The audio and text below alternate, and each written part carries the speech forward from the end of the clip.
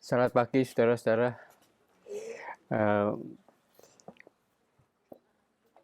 Senang saya dapat kembali untuk bersama-sama melayani Tuhan di tempat ini, bersama-sama dengan Anda sekalian.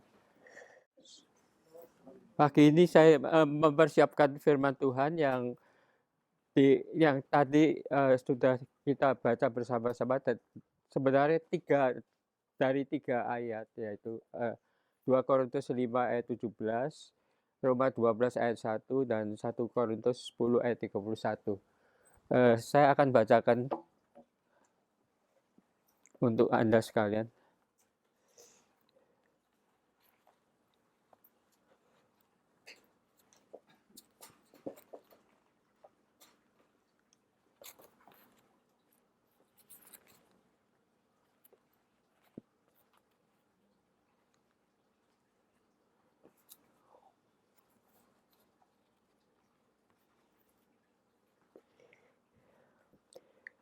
Dua Korintus 5 ayat 17, demikian firman Tuhan. Jadi siapa yang ada di dalam Kristus, ia adalah ciptaan baru. Yang lama sudah berlalu, sesungguhnya yang baru sudah datang. Kemudian ayat yang berikut, yaitu yang tadi sudah kita baca, 1 Korintus 10 ayat 31, yang berbunyi demikian. 1 Korintus.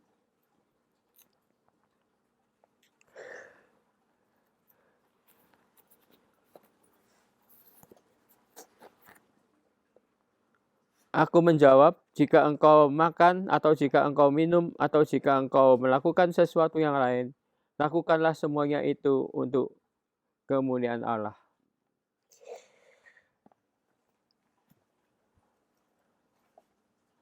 Mari saudara kita masuk dalam doa untuk meminta pimpinan Tuhan. Tuhan, terima kasih untuk kesempatan kami bersama-sama mendengarkan dari firman Tuhan. Dan sebelum kami mendengarkan akan renungan dari firman-Mu ini, Tuhan, kami mohon supaya Tuhan membuka hati dan pikiran kami, supaya apa yang nanti kami dengarkan kiranya boleh kami mengerti, dan terutama dapat kami laksanakan di dalam kehidupan kami sehari-hari. Sertai juga akan hamba-Mu yang penuh dengan kelemahan ini. Tolong Tuhan, mampukan dia untuk mengerti akan firman-Mu, dan mampukan dia untuk menguraikan seturut dengan isi hati-Mu saja. Terima kasih Tuhan. Di dalam nama Tuhan kami Yesus, kami persembahkan doa kami. Amin.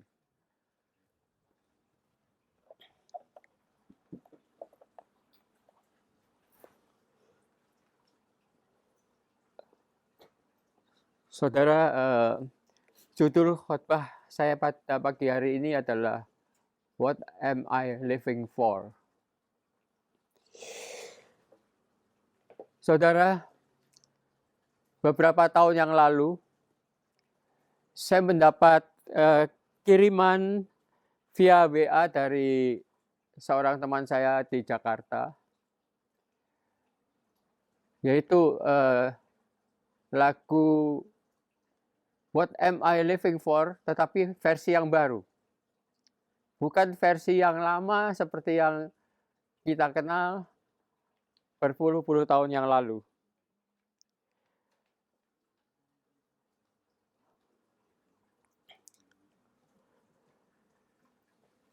Lagu ini, saudara, aslinya adalah sebuah lagu yang pernah menduduki peringkat pertama di dalam berbagai macam siaran radio pada waktu itu. Dan pada waktu itu saya masih remaja. Jadi sekitar tahun 61-an. Saya senang sekali dengan lagu ini. Dan lagunya berbunyi seperti ini. What am I living for if not for you? What am I living for if not for you? What am I living for if not for you? No, oh, nobody else but you. Ya, itulah lagu dalam versi aslinya. Dan yang menarik, saudara, adalah ketika teman saya ini mengirimkan lagu What Am I Living For di dalam versi yang baru, itu berbunyi seperti ini. What am I living for if not for you?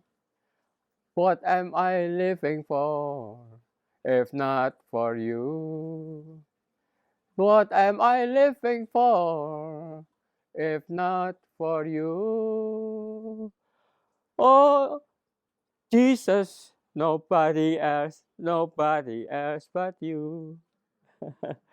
Jadi di sini bedanya adalah di dalam kata Jesus itu. Dan ini menarik karena lagu ini kan sebetulnya didedikasikan untuk kekasih dari seseorang, ya kan, yang mula-mula. Jadi saya ini hidup untuk apa? Ya, kecuali untuk kamu. Itu di dalam versi aslinya. Nah, di dalam versi yang baru dikatakan saya ini hidup untuk apa? Untuk siapa? Dan di sini dikatakan Jesus, nobody else but you. Jadi di sini kita melihat suatu perubahan dari semula lagu itu didedikasikan untuk kekasih duniawi, kemudian setelah diperbarui menjadi lagu Kristen, kehidupan orang itu yang menyanyikan lagu ini berubah. Bukan dia hidup untuk kekasihnya, tetapi dia hidup untuk kekasihnya yang baru, yaitu Yesus Kristus. Nobody else but Him. Nah, saudara, saya membawa lagu ini sebagai ilustrasi atau pembuka di dalam khotbah saya. Karena apa? Karena di sini saya melihat bahwa apa yang terjadi di dalam lagu yang lama, yang lagu dunia, itu digantikan dengan lagu Kristen adalah bahwa tujuan hidup dari si penyanyi itu berubah. Kalau semula untuk kekasihnya, kemudian setelah dia diperbarui, maka dia mendedikasikan hidupnya untuk Yesus Kristus. Ini sejalan, saudara, dengan apa yang disebutkan di dalam 2 Korintus 5 ayat 17 yang menjadi salah satu dasar dari firman Tuhan hari ini. Di mana di dalam 2 Korintus 5 ayat 17 itu dikatakan, jadi siapa yang ada di dalam Kristus, ia adalah ciptaan yang baru. Yang lama sudah berlalu, sesungguhnya yang baru sudah datang. Ini kita lihat, saudara, bahwa pada waktu kita terima Yesus Kristus sebagai juru selamat kita, maka sebenarnya kita itu bukan hanya diperbarui, ditambal bagaikan bangunan, ya, bangunan yang rusak itu ditambal, yang mana yang rusaknya diganti. Bukan demikian, saudara. Kalau kita menerima Kristus, jadi seperti yang dikatakan di dalam 2 Korintus 5 ayat 17 tadi, jadi siapa yang ada di dalam Kristus, ia adalah ciptaan yang baru. Yang lama sudah berlalu. Sesungguhnya yang baru sudah datang. Itu artinya kalau rumah sudah mulai bobrok, itu dihancurin sama sekali, saudara. Sampai dasar-dasarnya dibongkar.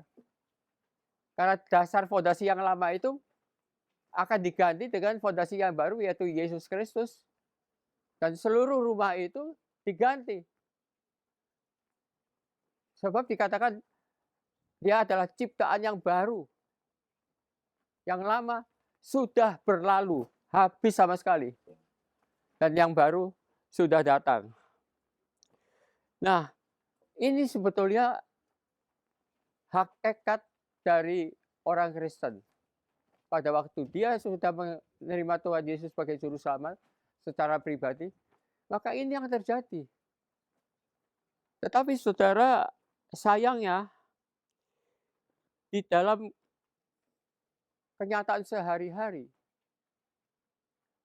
hal itu tidak kelihatan. Kita seringkali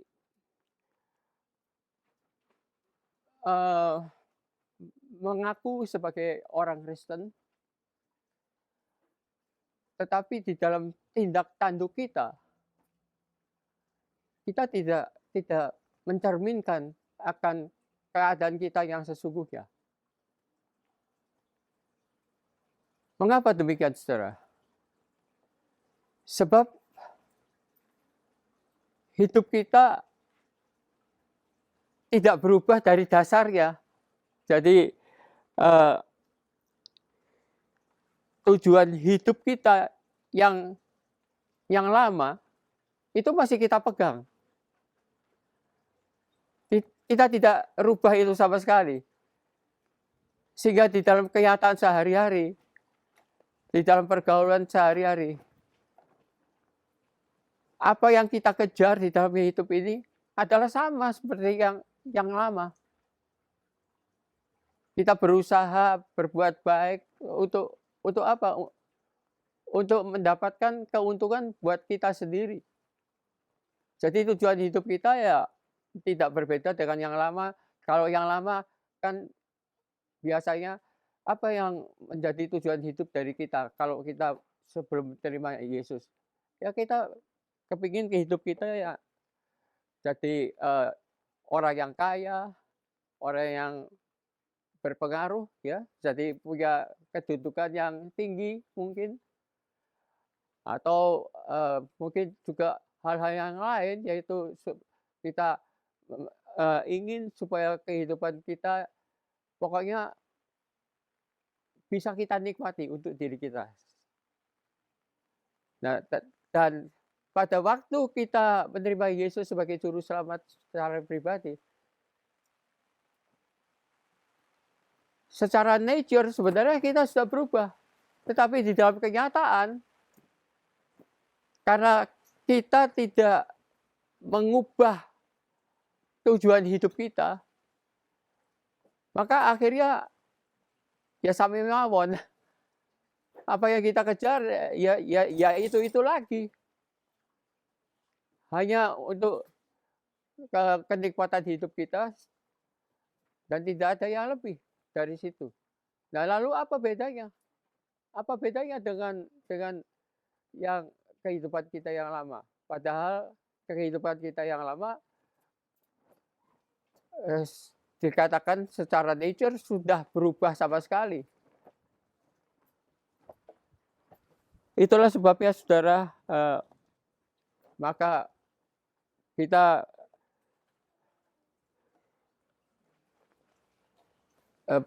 perlu untuk melihat keadaan diri kita sendiri.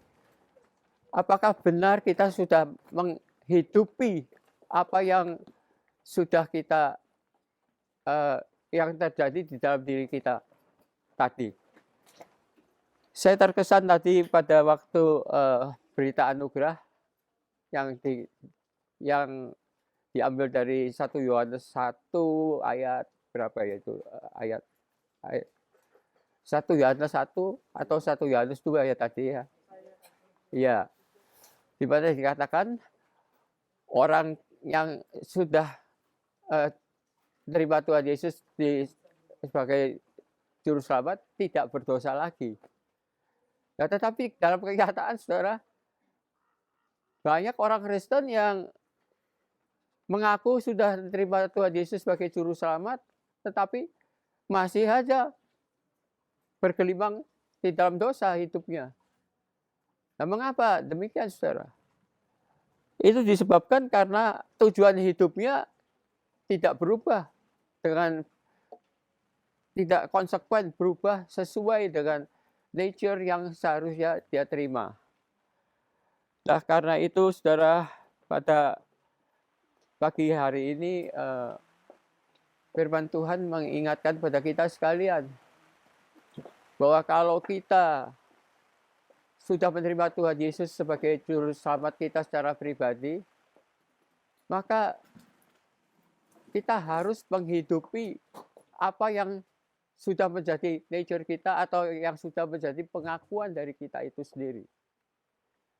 Yaitu bahwa yang lama sudah berlalu, sesungguhnya yang baru sudah datang. Dan kita adalah ciptaan yang baru. Sehingga tujuan hidup kita harus berbeda. Bukan yang seperti yang lalu. Tentu sampai di sini mungkin Anda bertanya, lah apa tujuan hidup yang baru? Tujuan hidup yang baru adalah seperti yang dinyanyikan tadi di dalam lagu itu, yang sebetulnya merupakan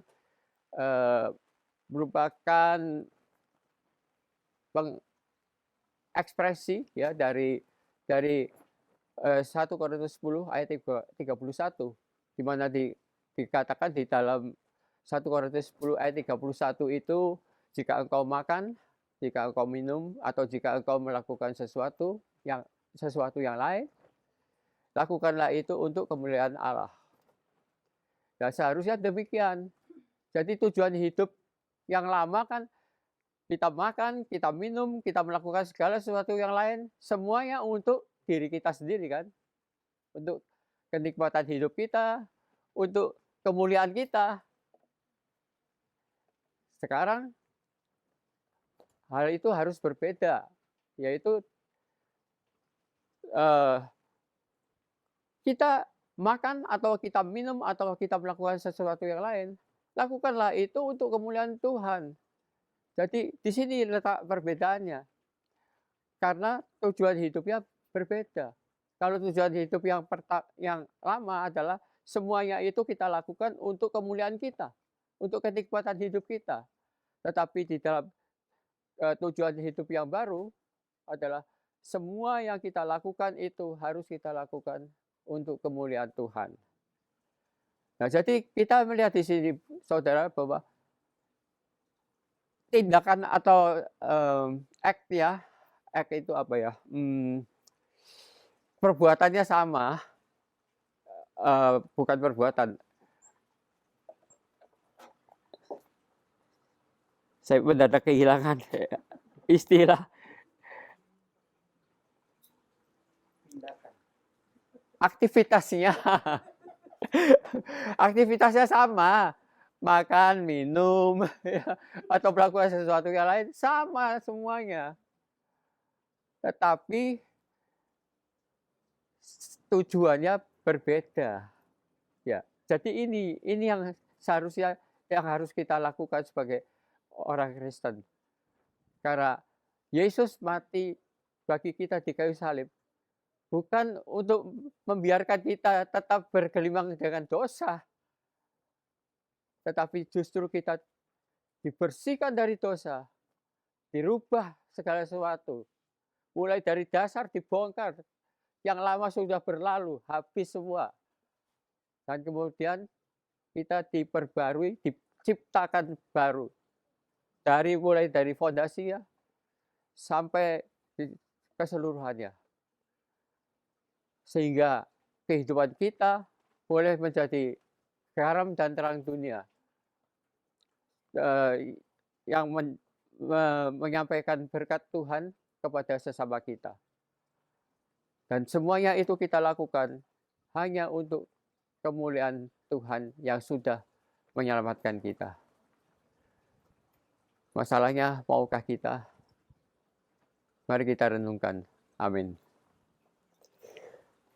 Tuhan, terima kasih untuk firman-Mu yang mengingatkan kepada kami sekalian akan nature kami dan akan tanggung jawab kami dan akan tujuan hidup kami yang seharusnya sudah berubah karena berkat dan anugerah-Mu yang sudah mati bagi kami di kayu salib. Tolong kami untuk melaksanakan itu di dalam kehidupan kami, Tuhan. Di dalam nama-Mu, Tuhan Yesus, kami persembahkan doa kami. Amin.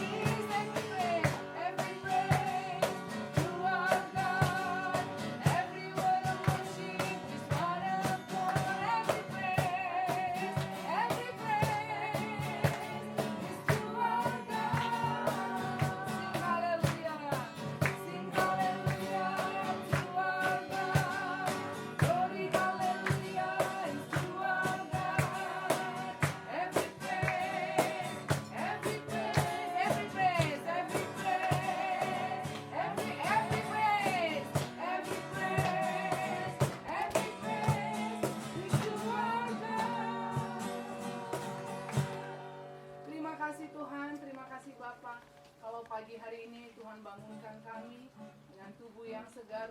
Rencanamu sampai bumi penuh kemuliaan-Mu. Kita angkat pujian kita ini menjadi doa kepada Tuhan. Katakan, Tuhan adalah cita-citaku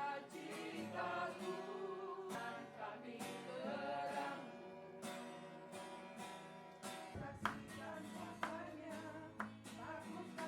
You know, get the treat your dad like his dad, and then he squandered his money away with whatever that he did, and then he came home, but he's not even. Nggak tahu karena anginnya